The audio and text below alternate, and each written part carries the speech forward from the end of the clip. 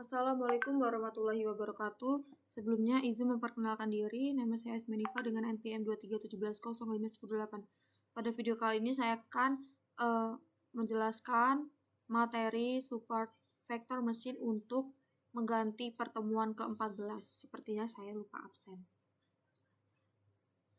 Jadi, definisi dari support vector mesin itu atau SVM itu merupakan salah satu metode dalam supervised learning yang biasanya digunakan untuk klasifikasi seperti support vector classification and regresi support vector regression. Nah, dalam pemodelan klasifikasi itu SVM itu memiliki konsep yang lebih matang dan lebih jelas secara matematis dan dibandingkan dengan teknik-teknik klasifikasi yang lain. Nah, SVM itu digunakan untuk mencari hyperlane terbaik dengan memaksimalkan jarak antar kelas. Nah, hyperlane itu sebuah fungsi yang dapat digunakan untuk memisah antar kelas. Dalam dua dimensi, fungsi yang digunakan untuk klasifikasi antar kelas itu disebut sebagai lane wares atau fungsi yang digunakan untuk klasifikasi antar kelas dalam 3D disebut lane similarity. Dengan fungsi yang digunakan untuk klasifikasi dalam ruang kelas itu disebut sebagai hyperlane. Jadi, kelebihan dari hyperlane itu yang pertama ada efektivitas pada dataset yang berdimensi tinggi. Nah, jadi metode ini tuh cocok untuk kasus-kasus dengan jumlah fitur dimensi dalam data yang lebih besar. Kemudian ada margin pemisah antar kelasnya itu lebih jelas. Jadi, si margin pemisah antar kelas itu bermanfaat untuk mengambil keputusan yang lebih baik dan mengurangi kesalahan klasifikasi. Kemudian ada fungsi kernel yang beragam, di mana fungsi itu digunakan untuk data yang tidak linearly atau separable. Kemudian ada hemat memori.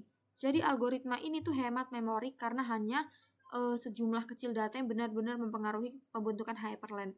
Kemudian generalisasi yang baik. Model ini tuh dibangun tidak mudah overfit terhadap data latih dan dapat memprediksi data baru dengan baik. Kemudian kekurangannya itu yang pertama skalabilitas.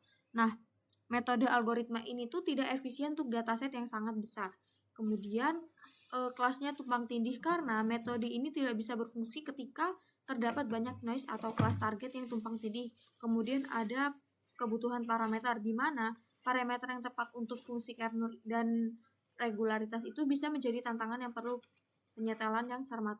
Lalu ada dua formulasi yang tepat yang digunakan dalam linear SVM, yaitu yang pertama ada hard margin linear SVM, yaitu formulasi yang digunakan ketika data yang diasumsikan itu dapat dipisahkan secara linear dengan sempurna, di mana tidak ada titik data yang salah atau klasifikasi yang berada di dalam margin. Nah, tujuan dari hard margin linear itu untuk menemukan hyperlane, di mana rumusnya adalah W kali X plus B sama dengan 0 yang memaksimalkan margin antara dua kelas, yaitu dengan rumus memaksimalkan margin 2 per W norm. Nah, setara dengan W norm kuadrat. Jadi, meminimalkan itu ada 1 per 2 W norm pangkat 2, kemudian dengan batasan tuh YI dikali W pangkat T X min 1, kemudian plus B, nah, lebih besar dari 1. Yang kedua itu ada soft margin linear SVM. Nah, di dalam kasus di dunia nyata itu, data tidak dapat dipisahkan secara linear dengan sempurna. Nah, soft margin SVM itu mengatasi permasalahan ini dengan memperkenalkan variable like dibaca sebagai KSEA yang memperbolehkan beberapa titik data untuk salah klasifikasi atau berada di dalam margin.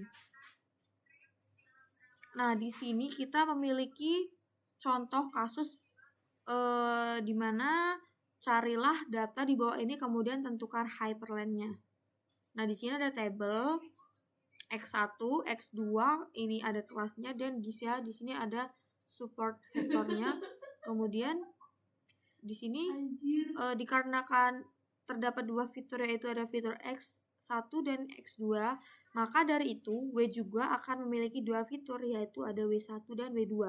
Nah, formulasi yang akan kita gunakan adalah sebagai berikut. Yang pertama, dia itu meminimalkan, di mana 1 per 2 W norm pangkat 2 sama dengan 1 per 2 W1 kuadrat plus W2 kuadrat dengan batasan YI kali W dikali X1 plus B lebih dari sama dengan 1.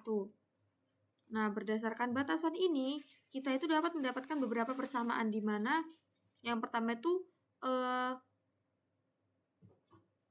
W1 plus W2 plus B lebih dari 1 untuk Y1 sama dengan 1, X1-nya adalah 1, X2-nya adalah 1.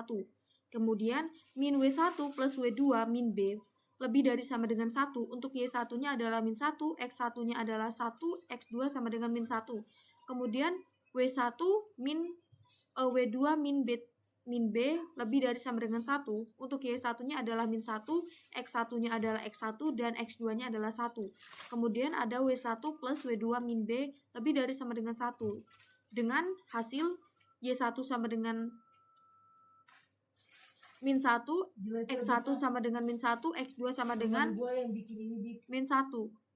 Nah, dari keempat persamaan itu, kita dapat mencari nilai bahwa W1, W2, dan B itu merupakan, yang pertama adalah jumlahkan persamaan di antara 1 dan 2.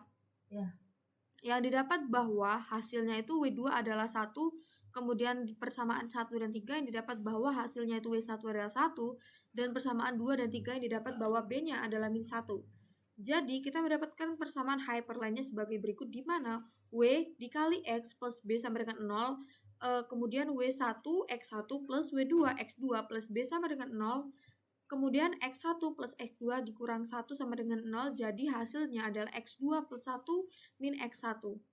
Nah, di sini adalah hasil di dalam tabel untuk hyperline-nya yang didapat bahwa di sini itu X2 sama dengan 1 min X1 di angka 1,5. Sekian penjelasan materi dari saya. Saya Iri. Wassalamualaikum warahmatullahi wabarakatuh.